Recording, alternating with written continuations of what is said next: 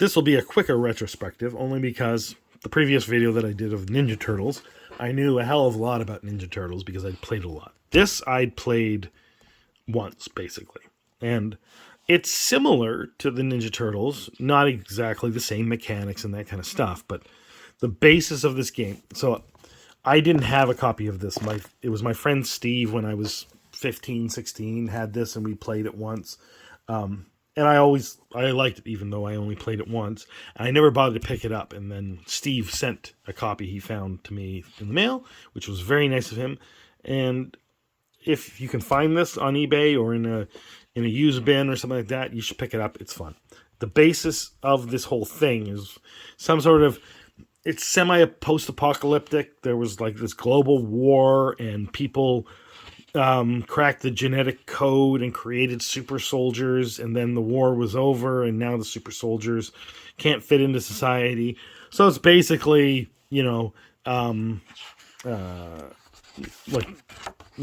Rambo and lots of other movies about soldiers not fitting in society, but they have superpowers. So again, you can make, much like Ninja Turtles, you can make specialized characters that are either, tanks, assassins, rogues, fighters, healers. I think there's probably some psionics in here. I don't think there's magic.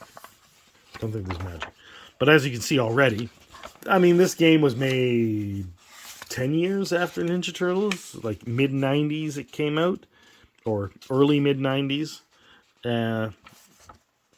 Interesting that this copy is a later reprint because it's got a presidential edge 20. Oh no, sorry, that's the president of that time period in 2013. So it takes place sometime on or after 2013.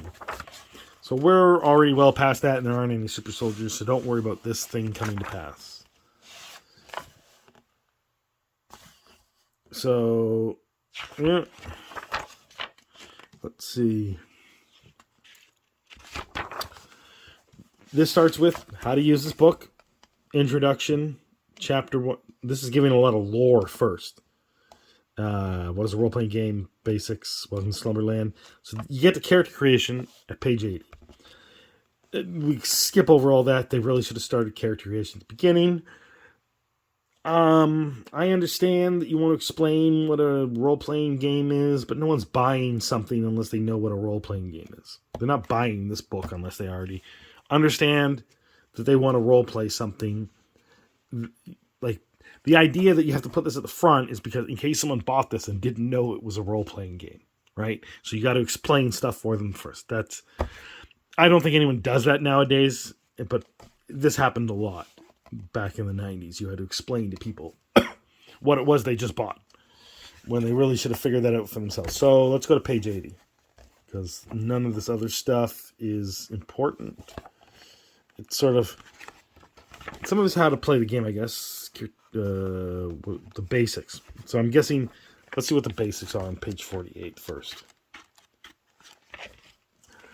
Yeah, so this is sort of, even this should have been before everything if you're, if that's the order you're doing it in. But you could throw this shit in the back of the book, right?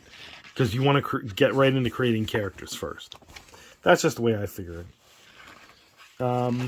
So then we go to page 80. So this is Welcome to Slumberland. This gives you again, something that should be at the back of the book, the lore. They may want you to read this stuff first, but why do they get a say? It's your book. Chapter 5. So we're on character creation, but again, it's throwing in a lot of lore, which it doesn't need to do. This is kind of getting out of hand. This is not a very, like I said, it's about 10 years after Teenage Mutant Ninja Turtles and Other Strangeness, and yeah, it's full color. It's already better graphic design and layout and that kind of stuff, but it's not good game design, I don't think. It's not, like, this is bogged down in too many things that you could throw in the back of the book or in a separate book. This could just be a core book about how to play the game and how to make a character. So now We're on 93. 13 pages till we get to the point of creating a veteran. Step 1, character concept. And now there's a lot of stuff probably in here you don't need. Again, so then step 2, allocation of funds. So step 1 is just you talking with your game master about what you want to be. And step 2 is allocation of funds. And so now you are changing roles briefly, where you're the guy that's in charge of the project that's changing you into a super soldier. Interesting, but unnecessary. But I mean, makes it more like a video game, almost like when you're creating your character at that front screen and you're building the character. That's kind of what you're doing. Didn't need to be expressly. No one needs a reason why they're doing this. I don't think. And your budget is $20 million. Okay. So you cost twice as much as the $10 million man. All right. Again, I think this is way too wordy.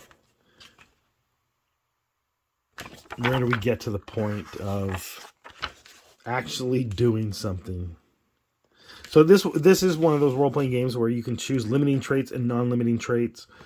And you probably end up getting more money for the limiting traits, I'm guessing. Oh, you get more recruitment points. And I'm guessing the $20 million gives you recruitment points, which are the things that give you the upgrades. What the hell does the money give you? Let's go back to that. Your budget is $20 million. You can split these funds between 4 functions: recruiting, genetic design, genetic surgery, and reconditioning. The reconditioning is letting you fit better into society, I guess. Funds allocated to genetic design given the genetic enhancements. Okay, I'm fine.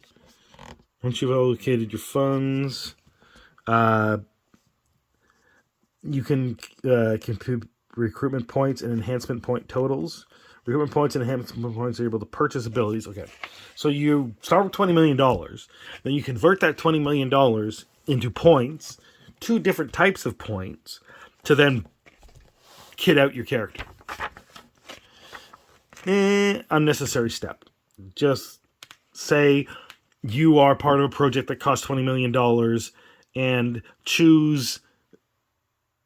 In fact, I'll have them 1 point system and then let them divvy them up however they want. I mean, you're already letting them do that by letting them purchase the points with the money. I mean, I guess they're trying to go for immersion, but I don't think that's necessary. And you're creating a personality. I get kind of what they're doing. They're trying to make this putting a lot of lore, putting in a lot of immersion, so that you feel like you're in this game. But the way you feel like you're in a role-playing game is by playing the goddamn game. So the game design on the side of the rule book, not so much. The actual game itself is really fun. So once you can get through a lot of this bullshit, then you can get to mutating your character or altering your character and turning yourself into essentially a superhero, but a dark superhero. It's a little bit more like The Boys, maybe darker than that, but they don't get as powerful as Homelander, so not as scary, I guess. So these are some penalties that you can take to get more enhancement points, I believe. And then you can spend enhancement points to get like a boon, right? So this is the character record sheet. This is an example of it, right? And you got dex, speed, aura, intelligence. Oh, these are just your skills, sorry. Where's the stats? Oh, strength, dex, speed, resistance, intelligence, will, aura. Tolerance? I'm guessing that's how much people tolerate you. Anyway, you got movement and you got all the powers that you could use or your extra abilities. I remember choosing someone who was incredibly agile and regenerative. That was my character. And so these are kind of classes, and I don't know that you need that. This kind of just gives you an outline, because you just choose your career but you've already created your character. And this isn't altering that, except maybe giving you a boon. It's kind of like backgrounds. Spokesman, primitive, all right. Nihilist, cyber celebrity. Interesting. Imagine being Hassan, Asmongold, Penguin Zero, Pokimane. I'm just trying to name all the cyber celebs that I can think of. I mean, they're more influencers. They're not cybernetically altered. But imagine if they were cybernetically altered and they were, out for themselves and genetically enhanced. Pretty crazy. Criminal, bureaucrat. And then we got chapter 6. So this is more how to play the game, how things work. Okay. Or is this skill? Oh, this is just your skill descriptions. Okay. What the skills do for you when you use them.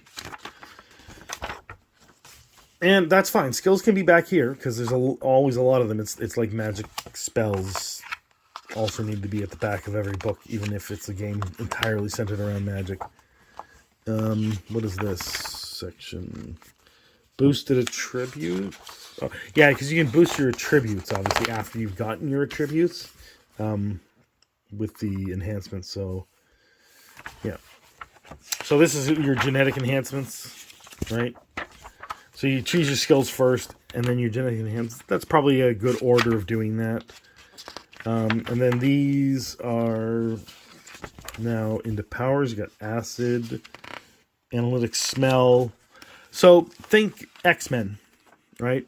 X-Men, like an X-Men, The Boys. Yeah, that's actually a good way of looking at it. So more genetic enhancements, claws.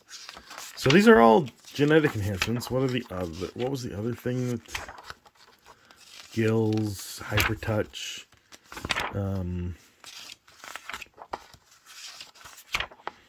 Let's get past that. I do like this, whatever this style of signage is to help you explain things. That's good. That's some good design there. Good. So this is master enhancement table. So this is what we just looked through. I'm going to put that up front and maybe put page numbers. But anyway, chapter 8 is stress and psychoses. So these are, you have to take some of these, and you can take more, I think. And it basically is your PTSD from the war. And you've got to deal with that. That kind of is what the game is about and what makes your character. So, let's see. Now we're in combat. So this gives you an overview of how combat works. I thought we already had something like this in the earlier chapters, but whatever. So we'll skip over chapter 9. And it looks like they're using less language in this. Like they're not going into, oh, this is how the world is and blah, blah, blah, blah. They're getting to the point, so that's good. Chapter 10. What is this? Oh, equipment. I would have put equipment after character creation.